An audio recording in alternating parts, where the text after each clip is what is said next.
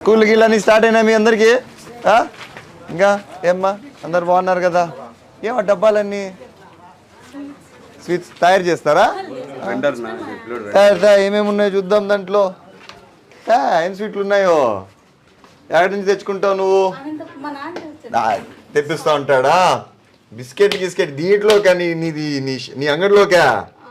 కానీ కానీ కానీ మరి హోల్సేల్ అంటే చూడ్డా చేస్తారేమో ఇక్కడే అని.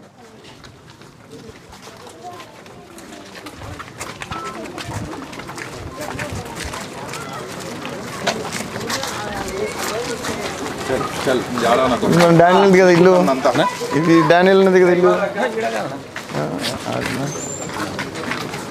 ఏమ్మా బాగున్నావా?